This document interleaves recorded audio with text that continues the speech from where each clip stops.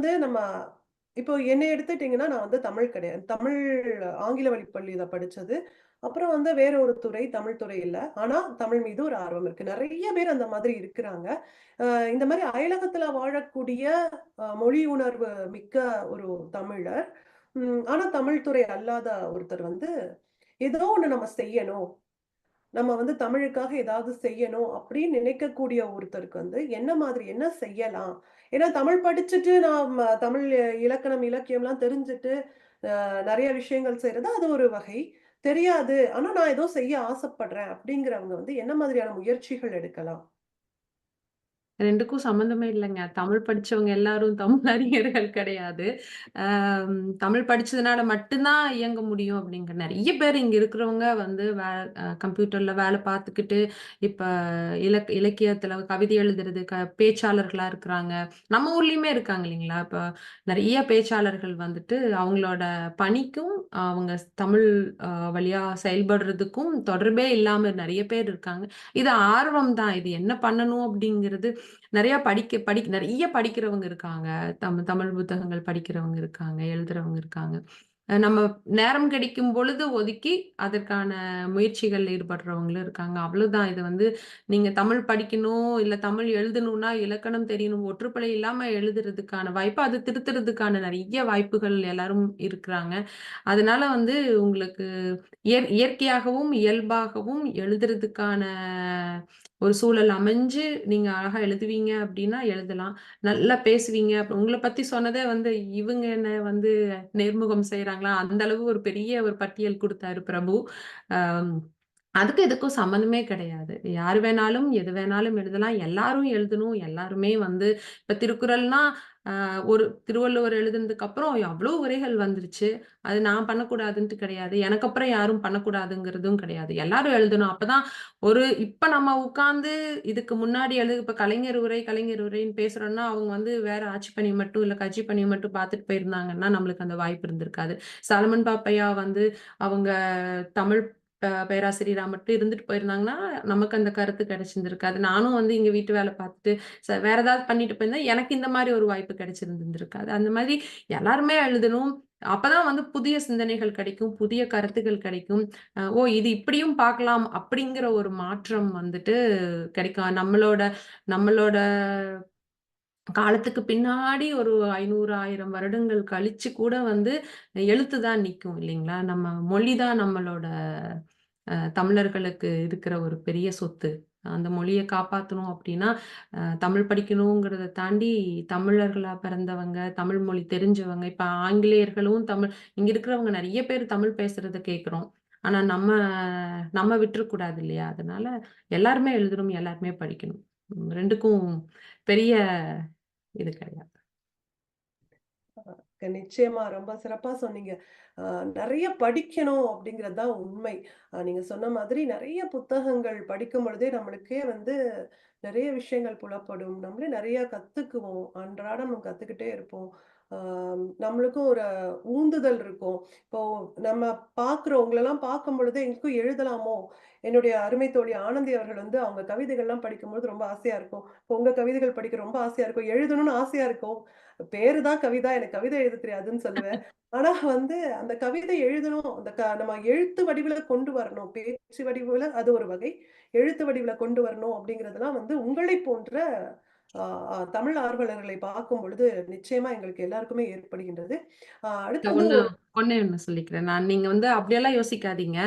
அ ஏன் அப்படின்னா, கவிஞர் வண்ணதாசன் இருக்காங்க இல்லையா? அவங்கள வந்து நீங்க 2018 ஃபெட்னாக்கு வந்து அவருக்கு இலக்கிய அ இதுல கனடா இலக்கிய தோட்டம் விருது கிடைச்சிருந்தது. அப்ப இங்க நம்ம ஊருக்கு ஃபெட்னாக்கு கூப்பிடுற வழக்கம் இருந்துட்டு இருந்துச்சுன்னு நெனைக்கிறேன். அப்ப வந்து அவர்கிட்ட நான் ரொம்ப முயற்சி பண்ணேன். நீங்க வாங்கன்னு சொன்னா, அவரு "இல்ல நான் வரல" அப்படின்னு. "நான் வந்தா பேசணும். எல்லா எழுத்தாளர்களும் நல்ல பேச்சாளர்கள் கிடையாது. எல்லா பேச்சாளரும் நல்ல எழுத்தாளர் கிடையாது. அதனால நான் வரல. நான் வந்தா நெறைய பேசணும் அப்படிங்கிற மாதிரி ஒரு கருத்து சொன்னாங்க. அதனால நீங்க பேச்சாளரா இருக்கிறீங்க அப்படின்னா, நீங்க ஒரு மேடையில பேசுற மாதிரி ஒரு எழுத்தாளர்னால பேச முடியுமான்னு தெரியல. அதனால எல்லாரும் சேர்ந்து வந்து இந்த வேலைய பார்க்கணும் அப்படிங்கிற மாதிரி நெனச்சுக்குவோம். அதனால கவிதான்னு பேர் வச்சுட்டு கவிதை கண்டிப்பா எழுதலாம். நீங்க எழுதுங்க. ரொம்ப நன்றிங்க. முயற்சி செய்கின்றேன். ஆம், அதே மாதிரி உங்களுடைய புத்தகம் கிடைக்கப் பெற்று அத வாசிக்கும் பொழுதே, அந்த திருக்குறள்ல நெறைய விஷயங்கள் ஒவ்வொரு எத படிக்கிறது, எத விடுறது எல்லாமே வந்து மனதை வந்து ஒரு கவருகின்ற வண்ணம் ரொம்ப எளிமையா இருந்தது. அ ஒரு 1, 2 எடுத்துக்காட்டு நான் சொல்றேன். இதுதான் புத்தகம். அ இந்த நூல் வந்து கண்டிப்பா எல்லா வீடுகள்லயும் இருக்கணும் அப்படிங்கிறேன். இன்னைக்கு தலைமுறையினருக்கு திருக்குறளையும், திருவள்ளுவரையும் கொண்டு செல்வதற்கு ஒரு எளிமையான ஒரு நூலாக, ஒரு வழியாக இருக்கின்றது. நிச்சயமா எல்லாரும் வாங்கணும்.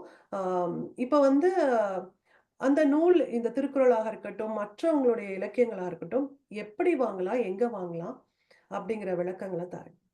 இது வந்து இப்ப புத்தக அ அ இது நடக்குது இல்லைங்களா? கண்காட்சி. அதுல வந்து பொன்னி பதிப்பகத்துல இருக்குது. அப்புறம் இந்த பதிப்பாளர் அவங்க வந்து அவங்க Amazonல இருக்கு. இந்தியா Amazonல இருக்கு நம்ம ஊர்ல. அதுக்கப்புறம் அவங்க வேணும்னா அவங்க நம்பருக்கு கால் பண்ணா அவங்க அனுப்பிச்சு வச்சுருவாங்க. ஸோ நான் முடிஞ்ச அளவுக்கு இங்க நண்பர்களுக்கு நானா அனுப்பிச்சுட்டு இருக்கேன். என்கிட்ட இருக்கிற உங்களுக்கு அனுப்பிச்சதே வந்து என்கிட்ட அந்த கலர் அ அ கலர் பிக்சர்ஸோட இருக்கிறது என்கிட்ட இல்லாதனால தான் நான் அது உங்களுக்கு அனுப்பிச்சு வைக்கிறேன் நான் வந்ததுக்கப்புறம். என்கிட்ட அது இல்லாதனால தான் அந்த இதுக்கு உங்களுக்கு அந்த பிளாக் அண்ட் ஒயிட் காப்பி அனுப்பிச்சு வச்சது. ஸோ பொன்னி பதிப்பகத்திலயும் அப்புறம் நெறைய அம் எனக்கு பேரு சென்னையில ஞாபகம் இல்ல. எனக்கு பொன்னி பதிப்பகத்துல அவங்க வச்சிருக்காங்க. அ கண்டிப்பா, நிச்சயமா எல்லாரும் வாங்கி படித்து, அ நிறைய விஷயங்கள கத்துக்கலாம். ஒரு எடுத்துக்காட்டுக்கு ஒரு 2 குறள் நான் சொல்ல விரும்புறேன். அ "உள்ளுவதெல்லாம் உயர்வுள்ளல் மற்றது தள்ளினும் தள்ளாமை தீர்ந்து." தீர்த்து, நீர்த்து இல்லையா?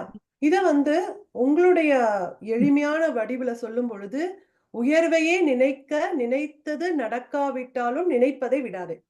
அப்போ அது அவ்ளோ ஒரு கேட்சியா இருக்குது. பாரதி சொன்னான், "பெரிதினும் பெரிது கேள்ன்னு." அதே மாதிரி நல்லத நெனச்சது நடக்காட்டியும், நெனைக்கிறத விட்றாத அப்படின்னு சொல்லும்போது, அது பிள்ளைங்களுக்கு சொல்லிக் குடுக்கும்போதுங்க, ரொம்ப எளிமையாக ஒரு அ அ ஆசிரியர்களுக்கு ரொம்ப எளிமையா இருக்கும். பெற்றோர்களுக்கு ரொம்ப எளிமையா இருக்கும். அவங்களுக்கும் புரியும் அப்படிங்கிறது தான் உண்மை. ரொம்ப சிறப்பா இருந்துச்சு. அ நெறைய குறள் நான் பார்க்கும்பொழுது, எல்லாமே எத படிக்கிறதுன்னே எனக்கு தெரியல. அ "பொருள் அல்லவரை பொருளாகச் செய்யும் பொருள் அல்லது இல்லை பொருள்." ஆ பொருளுடைய பெருமை. காசுனுடைய மதிப்பு. இன்னைக்கு காசு தான் எல்லாம் அப்படிங்கிற மாதிரி இயங்கிட்டு இருக்கு உலகமே. மதிப்பு இல்லாதவரையும் மதிக்க செய்வது செல்வம் போல வேறேதும் இல்லை. அவ்வளதான். அதனால இந்த புத்தகம் வந்து எங்களுக்கு ரொம்ப பிடிச்சிருக்குது. ரொம்ப எளிமையா இருக்குது. எல்லோருமே வாங்கி படிக்கின்ற வகையில இருக்குது. இன்னைக்கு இந்த நிகழ்வு வந்து ரொம்ப ஒரு சிறப்பான நிகழ்வாக, ஆம் தோழர் அவர்களைப் பற்றி நிறைய விஷயங்கள வந்து தெரிஞ்சுக்க முடிந்தது. அவங்களுடைய அந்த தமிழ் ஆர்வம், எப்படி கவிதை எழுதுனாங்க, எப்படி அவங்களுக்கு அந்த முனைப்பு வந்தது, சின்ன வயதிலேயே அந்த வீட்ல இருக்கக்கூடிய அந்த சூழல், பெரியவர்களுடைய அந்த சூழல், அவர்களுடைய தாக்கம் வந்து எப்படி இவங்களுக்கு ஏற்பட்டது அப்படிங்கிறதெல்லாம் ரொம்ப அழகா நீங்க வந்து எங்களுக்கு சொன்னீங்க. எங்களுக்குள்ளும் ஒரு ஆர்வத்தை நிச்சயமாக உங்களுடைய உரையாடல் தந்தது அப்படின்னு தான் சொல்லணும். ரொம்ப ரொம்ப நன்றி எங்களுடைய நிகழ்வுல கலந்துக்கிட்டதுக்கு. ஆ ரொம்ப நன்றி தோழி. நன்றிங்க, நன்றிங்க. இந்த வாய்ப்புக்கு திணை அமெரிக்கா அ ஸ் அ குழுவினருக்கும் இவ்ளோ அழகா உங்கள பத்தின ஒரு பட்டியல் சொன்னாரு பிரபு. அதுவே வந்து எனக்கு அதுவுக்கும் பெரும் மகிழ்ச்சி எனக்கு. நீங்க இந்த மாதிரி கேள்விகள் பேசுனதுக்கு, உங்க கூட தொடர்புல இருக்கிறதுக்கும் ரொம்ப நன்றி. இதுவரைக்கும் நெறைய பேர் இணைஞ்சிருக்காங்க. அவங்களுக்கும் கேட்டுட்டு இருந்தவங்க எல்லாத்துக்கும் ஏதாவது நான் மாத்தி சொல்லியிருந்தேன்னா, திருப்பி சொல்லலாம். ரொம்ப நன்றி. என்னோட குரலுக்கு மறுபடியும் மன்னிச்சுக்கோங்க. எனக்கு முடியல. எனக்கு இவ்வளோதான் வாய்ஸு. ஸோ ரொம்ப நன்றி எல்லாத்துக்கும். இளமாறன் தோழருக்கு ஒரு முக்கியமா நான் நன்றி சொல்லணும். அவர் வந்து அவர் கேட்கும்பொழுது என்னால வேணான்னு சொல்ல முடியல. எதுக்கு இது அப்படின்னு கேட்க முடியல. ரொம்ப நன்றி தோழர் உங்களுக்கு. நன்றிங்க. உங்களுக்கு சொன்னீங்க உங்க குரல் வந்து இன்னைக்கு ஒத்துழைக்கல அப்படின்னு அந்த நேரத்திலுமே எங்க கூட இணைந்து நிறைய விஷயங்கள் பகிர்ந்ததுக்கிட்ட நன்றி.